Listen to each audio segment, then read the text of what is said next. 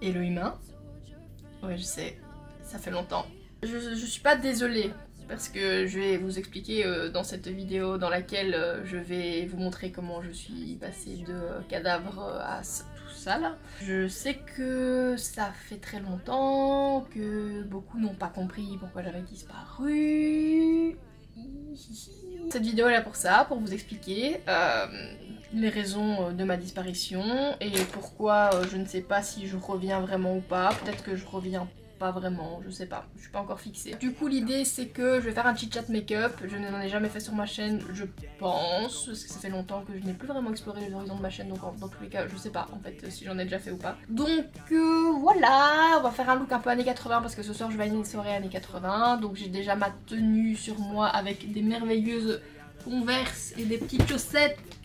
Voilà, j'ai le petit t-shirt crop top, le petit short un peu comme ça là, petit short tout ça, voilà. Bref, on part là-dessus. J'espère que cette vidéo vous plaira et que ça vous fait plaisir d'avoir au moins une vidéo retour et d'explication après très longtemps, effectivement. Donc peut-être que personne ne la verra du coup, hein, je ne sais pas, on verra ce que YouTube décidera. Enfin bref, je vous laisse avec ces petits chit-chat make-up des familles. C'est parti pour le show et c'est parti. Bref, bisous. Ça fait longtemps que j'ai pu parler toute seule devant une caméra comme ça, genre devant mon téléphone ça va, mais là c'est pas pareil. En plus j'ai full truc à vous dire, mais je sais pas comment je vais faire pour me concentrer sur deux choses en même temps, à savoir faire ce que je dois faire sur ma tête et vous parler. Je vous jure, dans la vraie vie ça rend pas comme ça rend la caméra. C'est trop drôle, j'ai l'air d'un fantôme. Enfin bon ça n'a pas changé non plus, en même temps je n'ai pas vraiment bronzé entre temps. Hein. On passe au concealer et c'est le Shape Tape de chez Tarte évidemment. Un incontournable que tout le monde connaît et que de toute façon je ne suis pas là vraiment pour vous présenter. En fait j'hésite, est-ce que je vous dis vraiment ce que je fais dans mon maquillage sachant que je n'ai pas du tout évolué en maquillage et qu'il y a des milliards de personnes qui font les choses mieux que moi, qui fait les choses complètement à l'arrache et comme ça me vient. Est-ce que je vais vraiment vous expliquer ce que je fais sur ma tête ou genre juste je le fais, je suis belle, je le fais et c'est tout.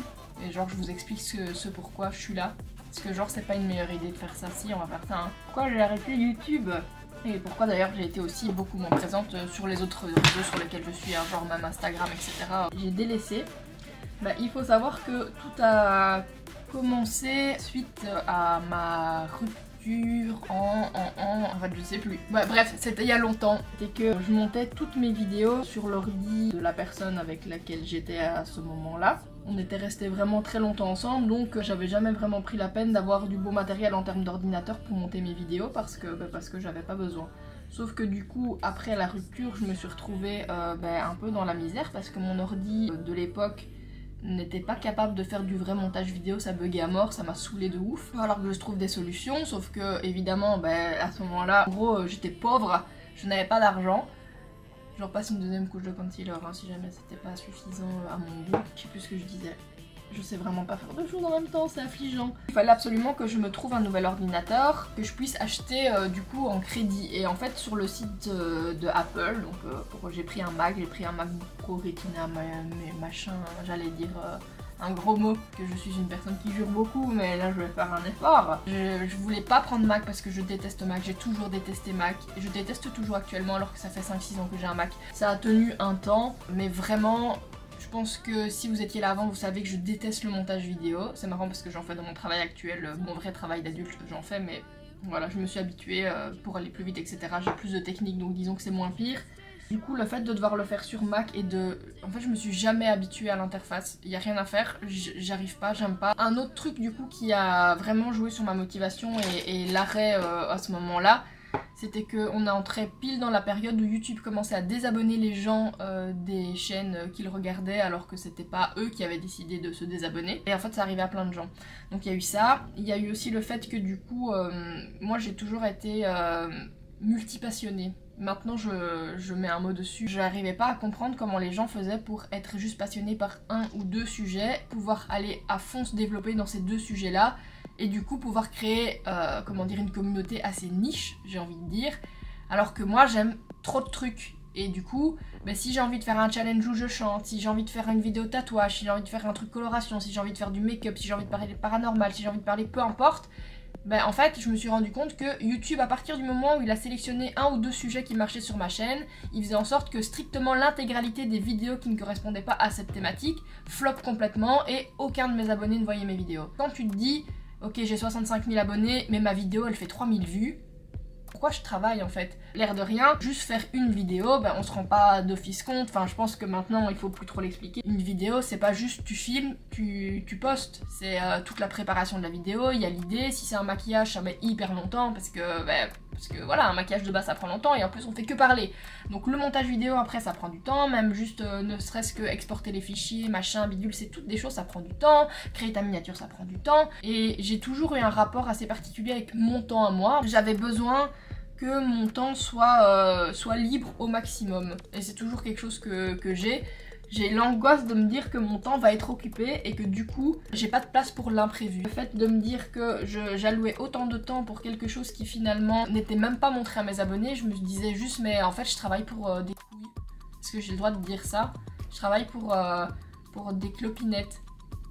Le soleil a baissé, du coup ma luminosité a baissé derrière aussi. Un plaisir. Oui, aujourd'hui il n'y a pas de setup, il y a juste genre j'ai une fenêtre devant moi, c'est tout. J'ai toujours mes lampes, elles sont là-bas au loin. D'ailleurs j'ai déménagé, je suis dans un appartement avec Candy Hachi pour ceux qui s'en souviennent, à l'époque de ma chaîne. Est-ce que c'est ma lumière qui fait que j'ai l'impression que ça va toujours pas? Parce que le but c'est pas que je mette 12 000 couches d'anti-cerne en fait, mais c'est ce que je vais finir par faire. Parce que dans mon miroir ici, je vois que c'est nul, alors que d'habitude quand je me maquille dans ma salle de bain, je vois pas à ce point-là. Attends, en fait, tout ce que je fais, c'est tout le temps nul, mais comme je vois rien, je m'en rends pas compte. Putain, c'est peut-être ça, hein. Ça doit être ça, c'est sûr, c'est ça. Ce qui m'a démotivée d'en faire un métier, c'est aussi tout cet aspect de l'entrepreneuriat, surtout en Belgique, où je trouve que c'est excessivement compliqué et qu'on se fait encutuber. J'ai commencé à me dire que si YouTube boycottait complètement mes vidéos, etc., et que je pouvais pas être qui je veux et faire ce que je veux, ça veut dire que finalement, le truc que j'aime bien faire va devenir vraiment un vrai travail, va devenir une pression, va devenir quelque chose qui finalement me correspond pas et me plaît pas. Est-ce que j'ai envie, juste pour pouvoir en faire un métier et pour pouvoir gagner ma vie avec ça, de ne pas me respecter moi-même et de pas être en accord avec qui je suis, avec mes valeurs, etc. Juste pour correspondre à ce qu'on attend de moi, en tout cas en termes d'algorithme, etc. Parce que ben voilà, vous n'êtes pas sans savoir que parfois les contenus qui fonctionnent, c'est au petit bonheur la chance. Hein. Là, le pire c'est avec TikTok pour le moment, j'ai toujours pas compris. On passe à la poudre, la petite poudre d'Abeauty des familles. J'aurais pas dû arrêter de parler parce que du coup c'est sûr je sais plus ce que je disais. Reprenons ceci. Ok, je sais ce que j'allais dire. En louchant, j'ai su lire un ou deux mots de ce que j'avais écrit. J'avais pas envie d'en faire un travail vraiment, mais si je n'en fais pas un travail, je dois travailler.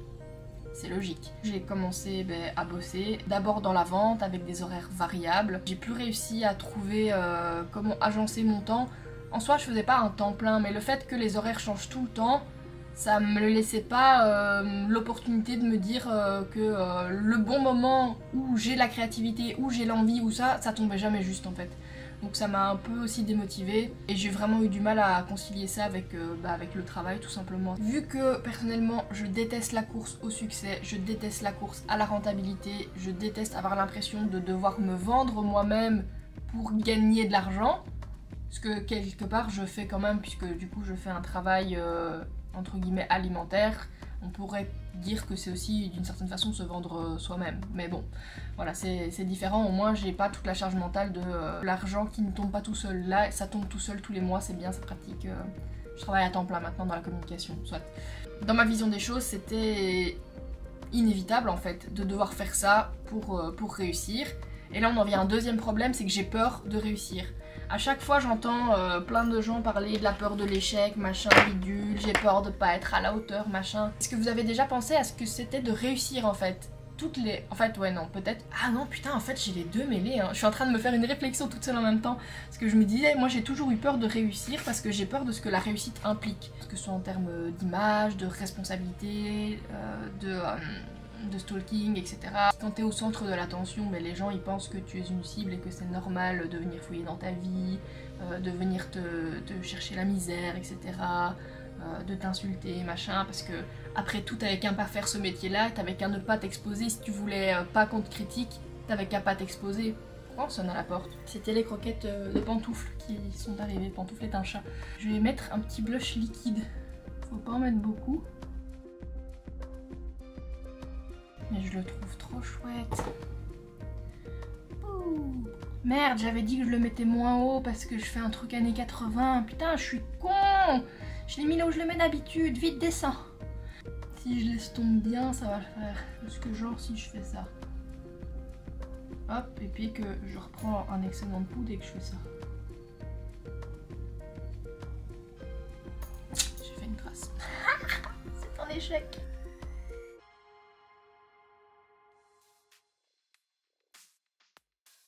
Il me semble que j'étais en train de dire que j'arrivais juste tout simplement pas à combiner le fait de travailler, etc. à le fait d'avoir ma chaîne YouTube. Je n'y arrivais pas, je me suis pas vraiment battue en fait.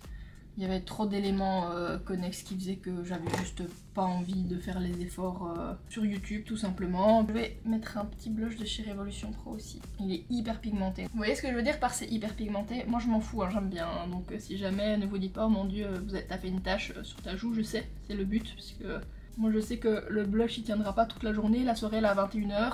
Et je me maquille maintenant, genre ça n'a aucun sens, je pourrais faire ça tantôt, mais au moins comme ça je suis tranquille. Je vais repasser de la poudre.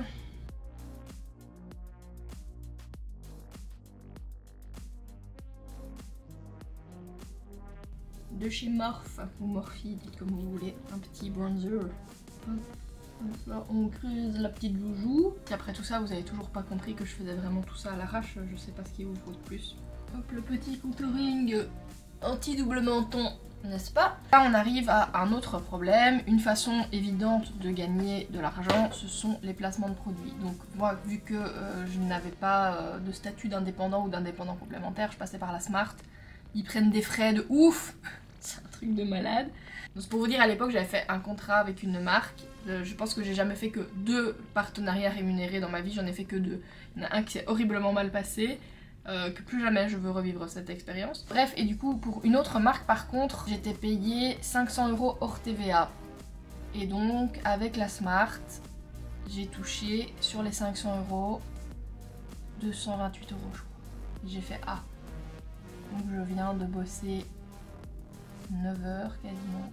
Parce que c'était une très très longue vidéo pour 220 €. Dans un travail normal, si on compare, c'est bien. Mais vu le temps que ça prend et que l'idée en plus c'est d'utiliser ma plateforme et de faire de la visibilité et tout le travail acquis derrière, je me suis dit ok ben en fait ça vaut pas la peine en fait. Et aussi j'en pouvais plus des demandes irrespectueuses des marques en fait qui avaient vraiment l'impression que limite c'était un cadeau qu'elles nous faisaient de nous proposer leurs produits gratuitement pour qu'on puisse les présenter à notre communauté, c'était un cadeau limite. Ben non en fait, nous on bosse, on fait notre travail aussi. Très clairement, s'ils ont choisi certains influenceurs, c'est qu'ils estiment que ça correspond au public cible qu'ils ont envie de toucher, etc. Donc moi, cette mentalité des marques qui était en mode limite mangez-nous dans la main parce qu'on vous offre des produits gratuits, ben juste m'offrez pas vos produits gratuits en fait. Moi, je vous ai pas contacté, moi je vous ai rien demandé. Vous venez, vous me demandez de m'envoyer pour 50 € de produits de votre marque que je connais pas. Parce qu'en plus, il faut une vidéo dédiée, complètement exclusive à la marque, machin, bidule. Mais vous voulez quoi aussi? Enfin...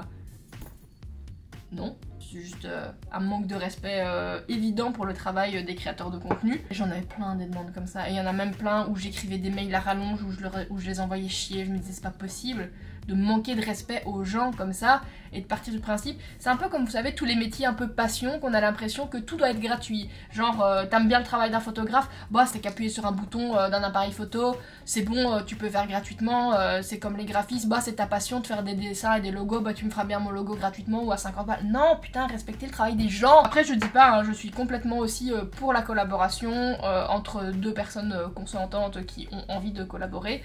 Mais juste à partir du moment où c'est une collaboration, les critères de la collaboration ils s'établissent ensemble. C'est pas toi qui viens en mode bon ben voilà, comme j'ai décidé de collaborer avec toi, bah t'as 1 semaine pour faire ta vidéo, elle doit être exclusive, elle doit être ceci, elle doit être cela. Non, c'est une collaboration. On établit les termes du contrat ensemble et si tu n'es pas content ou je ne suis pas contente, mangez vos... vous l'avez. J'en pouvais plus parce que déjà que j'avais pas le temps et que j'avais envie que mes vidéos restent un plaisir, bah de devoir me rajouter cette pression des marques inutile.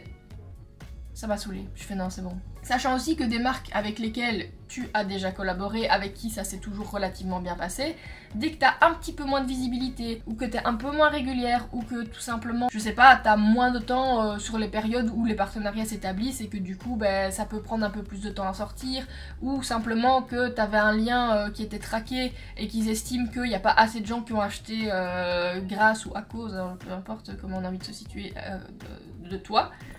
Mais du coup, on te dit, mais ça va plus être possible hein, par contre, et tu te dis, mais ouais, c'est plus possible, alors qu'est-ce que vous voulez que je vous dise? Et moi je voulais pas être là pour convaincre, je voulais juste être là parce que j'aime bien, donc je partage, et si d'autres aiment bien, et que voilà, tout comme il y a plein de créateurs de contenu qui nous donnent envie d'acheter des trucs ou quoi, mais on se sent pas le couteau sous la gorge en mode achète! Tout ça, ça m'a fait rentrer dans un espèce de paradoxe. C'est-à-dire que, comme je vous ai dit juste avant, j'ai peur de la réussite et de ce que ça implique, donc j'aimerais bien pouvoir contrôler la dose de succès, un peu, donc genre, ni trop ni trop peu. Une communauté moyenne mais vraiment bien engagée, ça serait bien. Mais on peut pas contrôler si notre communauté elle va être engagée, si elle va être petite, grande, moyenne, exponentielle, on peut pas contrôler ça à l'avance. Et ça me faisait peur. J'avais envie que mes contenus fonctionnent, pas trop mais qui fonctionnent quand même, pour pouvoir me dire que je fais pas ça pour rien non plus. Donc on est dans le truc genre, je veux pas que ça réussisse trop, mais je veux pas que ça rate trop non plus, parce que sinon, là je le fais pour rien, et ça n'a plus de sens. Donc on était vraiment dans une dynamique où, vu que YouTube il plombait quasiment l'intégralité de mes vidéos, ben je me disais, je travaille pour rien, et ça me demande du coup énormément de temps, sauf que ça ne me rapporte rien. Si ça ne me rapporte rien, je peux pas en vivre, et si je peux pas en vivre, je dois travailler sur le côté. Et si je travaille sur le côté, surtout à temps plein ou avec des horaires variables, ben, tout ce qui est créativité, motivation, énergie, moi c'est réduit à néant, ça n'existe plus. Et si j'ai pas ça, je peux pas créer du contenu. Je me suis retrouvée vraiment bloquée en mode... Qui suis-je? Il est vrai aussi que je voulais complètement m'effacer de ce milieu où j'ai pas fait que des belles rencontres. Je vais pas rentrer dans les détails, vous aurez évidemment pas de nom, vous aurez pas de contexte, vous aurez rien du tout parce que c'est pas du tout le sujet de la vidéo, c'est juste que si je dois être complètement honnête et transparente, ça fait partie des raisons qui ont fait que je me suis éloignée de YouTube. Pour ma santé mentale, c'est important de m'en retirer et maintenant, le lot a coulé sous les ponts depuis et je pense que je commence à me dire que finalement tout le monde peut exister et que c'est pas grave si on coexiste. Je vous aurais parlé, mon maquillage il a pas avancé, mon maquillage. Dès qu'on est dans du truc de détail, genre les sourcils, c'est typiquement quelque chose qui demande de la précision. Mais déjà je suis une merde en dessin, donc faire quelque chose de précis, c'est pas évident. Vous trouvez pas que je ressemble à Karine dans Naruto, non? Mais du coup j'arrive à rien, donc je suis obligée de mettre des lunettes et de me concentrer un peu plus. Je suis même en train en vrai d'hésiter à me faire tatouer les sourcils pour que je sois tranquille en fait. Parce qu'il y a des gens qui l'ont fait, est-ce que vous regrettez? Je vois pas grand chose et ça m'a aussi démotivée d'ailleurs, je l'avais même pas noté dans mes raisons, mais en vrai ça fait complètement partie des raisons pour lesquelles j'ai aussi arrêté. C'est qu'en fait je ne vois vraiment pas bien du tout de près. J'ai aussi les yeux qui se fatiguent très vite, donc en fait je peux très bien voir pendant 5 minutes et puis ne plus voir pendant 15 minutes et puis ça revient et puis enfin... Voilà bref, là je pensais peut-être à me faire opérer, ça me fait un peu peur je vous avoue et surtout ça coûte quand même de l'argent. J'aurais davantage les moyens si j'avais pas recommencé le Lolita parce que du coup je claque énormément d'argent dedans. Ça m'a complètement fait perdre la passion du make-up, de me dire que je vois rien. Parce que du coup je peux pas m'améliorer comme les autres, je ne supporte pas les lentilles. Donc voilà, se maquiller avec des lunettes c'est quand même compliqué. J'ai l'impression que mes sourcils sont pas trop dégueux. C'est assez rare que je me dise ça. Je pense que je vais me faire opérer. C'est bête mais là j'ai retiré mes lunettes et je vois plus mes sourcils en fait, je vois plus les démarcations, je vois pas la ligne, si je vois pas si c'est net, je vois quand même la trace et je vois que j'ai fait mes sourcils et qu'ils ont l'air corrects plus ou moins. Mais de là aller dans le détail, c'est pareil quand je fais mon liner, je vois rien. Et là d'ailleurs d'avoir fait mes sourcils, tantôt je me voyais net dans le retour de l'écran, maintenant je me vois flou. Mais on se rend pas compte d'à quel point la santé sur tous les points d'ailleurs c'est un privilège, c'est un truc de fou. Que devons-nous faire? Nous devons faire le maquillage. Alors je me suis fait une petite capture d'écran pour voir vers où je voulais aller. Ça vient d'un vieux magazine, j'ai pris ça sur Pinterest. Je me suis muni de pinceaux, la plupart sont de chez Morphe, puisque c'est les seuls qui ont continué à m'envoyer des produits avec de temps en temps Beauty Bay. Donc voilà, on a les petits pinceaux. J'en ai un de AliExpress aussi. il y a longtemps. On doit partir sur du bleu et du mauve. Est-ce qu'en vrai, ça, ce serait pas nickel? Donc ça vient de cette palette-ci, hein, comme ça vous voyez. Dans tous les cas, je vais partir sur ce bleu-ci.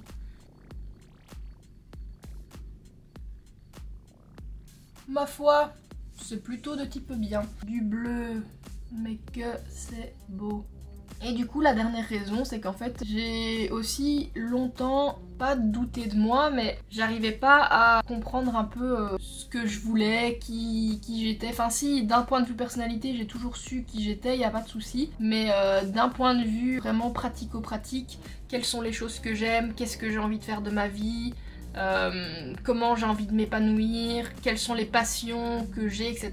Ça a toujours été très compliqué pour moi parce qu'en fait je fais partie justement de ce qu'on appelle les multipassionnés ou les multipotentiels, et c'est typiquement, vous savez, le genre de personnes qui ont des passions éphémères.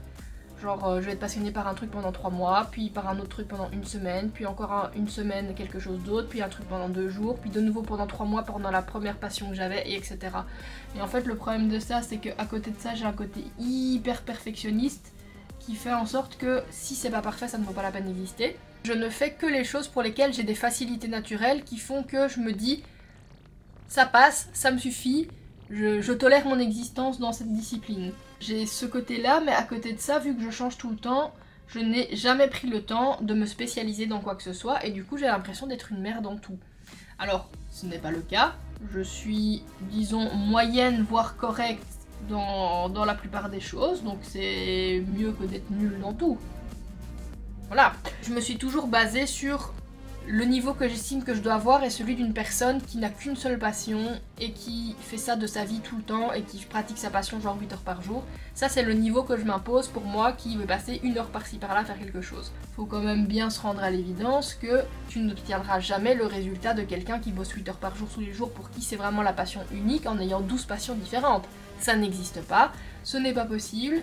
Du coup, il faut vraiment que je sorte de cette volonté de toujours devoir contrôler, de toujours devoir faire en sorte que les choses soient bien. Et c'est difficile en fait, hein, parce que il y a 2 types de perfectionnistes. Il y a ceux qui font tout pour y arriver et ceux qui se rendent bien compte que les efforts à fournir pour y arriver, ça leur demandera trop d'investissement et qui du coup ne font rien du tout. Ben, je fais partie de la deuxième catégorie. J'ai 29 ans, je fais un job alimentaire qui me plaît pas plus que ça. J'adore mon équipe par contre, je tiens quand même à préciser au cas où mon équipe passerait par là. Je vous aime de tout mon cœur, y a pas de souci.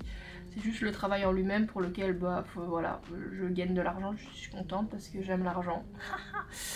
Enfin non, j'aime pas l'argent, mais disons que j'en ai besoin. Par extension, je suis contente qu'il soit là et qu'il tombe tous les mois, comme beaucoup de gens je pense. Aujourd'hui, je suis arrivée à un stade où j'ai envie de m'en battre les steaks. Et de juste me dire, c'est pas parfait, c'est pas parfait. Tu testes, t'aimes pas, t'aimes bien, et juste d'essayer d'arrêter de toujours contrôler mes passions, de devoir contrôler le taux de réussite et le taux d'engagement que je vais avoir par rapport à quelque chose. Je peux pas contrôler ça, de toute façon ça ne fonctionne pas. Donc il faut quand même que je me rende à l'évidence que je vais avoir des passions différentes, que je vais d'office aller d'un endroit à l'autre, et que même si j'ai envie de me reprendre en main et de faire les choses activement sur les réseaux, je vais d'office avoir des périodes où ça va moins bien marcher, des périodes où ça va mieux marcher, des périodes où les thématiques parleront plus aux gens, parleront moins aux gens. Et tant pis, juste tant pis en fait, c'est bon, j'ai envie de faire ce que j'ai envie de faire. Et peu importe en fait, j'ai pas envie de me dire que je dois m'inquiéter de ma propre valeur parce que certains trucs marchent moins bien, donc c'est peut-être parce que maintenant les gens s'en foutent, ou c'est peut-être parce que c'est pas assez bien, ou c'est peut-être parce que non, c'est peut-être juste parce que comme je change de thématique toutes les semaines, entre guillemets, si un jour je parle de photo, puis que je parle de paranormal, puis que je parle de spiritualité, parce que c'est aussi quelque chose dans lequel je baigne et je parle moins souvent. Ici j'ai acheté plein d'oracles, etc.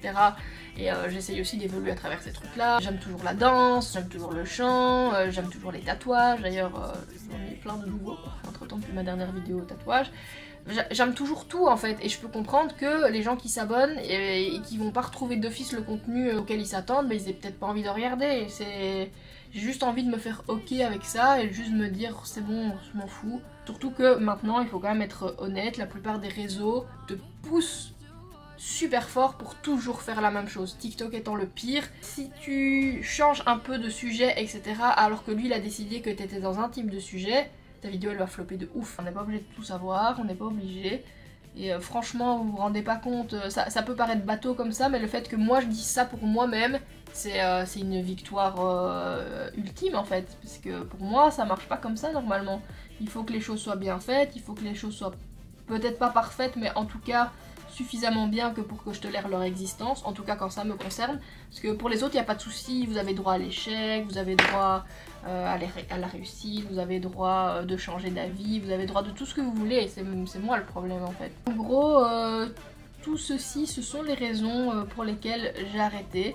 Donc là, je vous dis pas que je vais activement revenir, parce que j'en sais rien, je travaille toujours à temps plein, donc rien ne garantit que j'aurai la foi ni la motivation. J'ai pas d'office envie de faire ça le week-end parce que je ne vois mon copain que le week-end et j'ai envie de profiter d'être avec lui aussi. C'est chiant parce que du coup j'ai concrètement fini ce que je devais vous dire et j'ai pas du tout fini mon make-up parce que je fais que parler. Ah ouais non, elle a vraiment juste uniquement un ras de cils noir au crayon quoi. Ça va être complicado, je suis pas sûre que je vais assumer, donc je vais quand même prendre un tout petit pinceau tout fin comme ça et me faire une petite ligne mauve. Ce sera un peu moins authentique mais je me respecte. Hop, le petit mauve ici, finalement j'ai utilisé le mauve de la palette juste ici. Et il est bien, je pense qu'il a un nom hein, mais je vois rien genre... Non, en fait, il y a 4 lettres, mais je saurais pas vous dire c'est quoi les lettres, donc je vais même pas essayer en fait. Il est très pratique en tout cas ce pinceau parce qu'il est fluffy, mais un peu plat en même temps. Donc franchement, c'est vraiment bien. C'est la collection Coca-Cola de chez Morphe. Si jamais ça vous intéresse, même si en vrai, je pense qu'elle n'existe plus. Qu'est-ce que je vais mettre en là? Elle a rien à elle. Je vais mettre un vieux blanc irisé, ça va être très bien. Alors, elle a pas de liner en fait, j'ai pris mon liner, mais il n'y a pas besoin, je vais juste mettre du cool. Un petit crayon comme ça, très pratique. Par contre il fait super chaud et du coup j'ai les mains moites, on va pas faire de bêtises.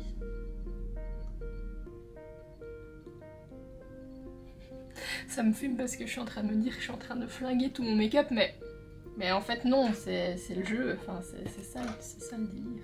Estomper un peu. Je déteste mettre du crayon dans la muqueuse du dessus là. Putain, je déteste ça. Ah, ça chatouille!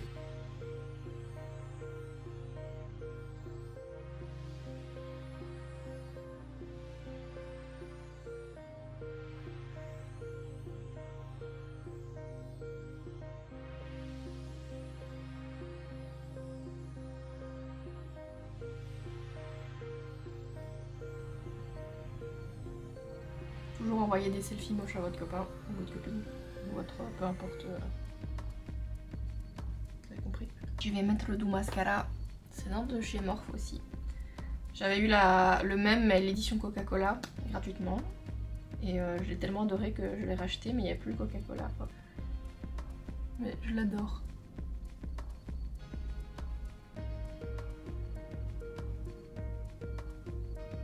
Incroyable. Bien. Pour les lèvres, alors c'est un crayon de chez Morphe de la collection Nian toujours et je les trouve incroyables ces crayons. Regarde, j'ai à peine appuyé, enfin, c'est incroyable.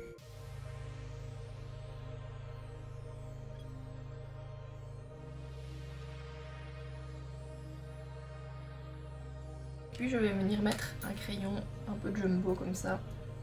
I Dare You de chez April. Voilà.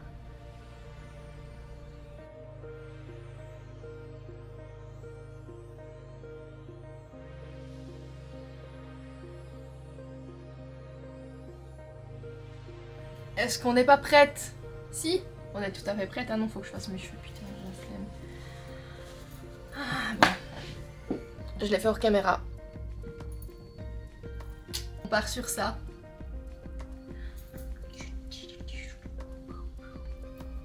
J'espère que ça va pas me faire mal à la tête parce que je suis comme une migraineuse et quand j'attache mes cheveux, souvent j'ai mal à la tête. Oh, je vais faire un plan à l'ancienne, genre avec la petite pose de bad bitch de fin.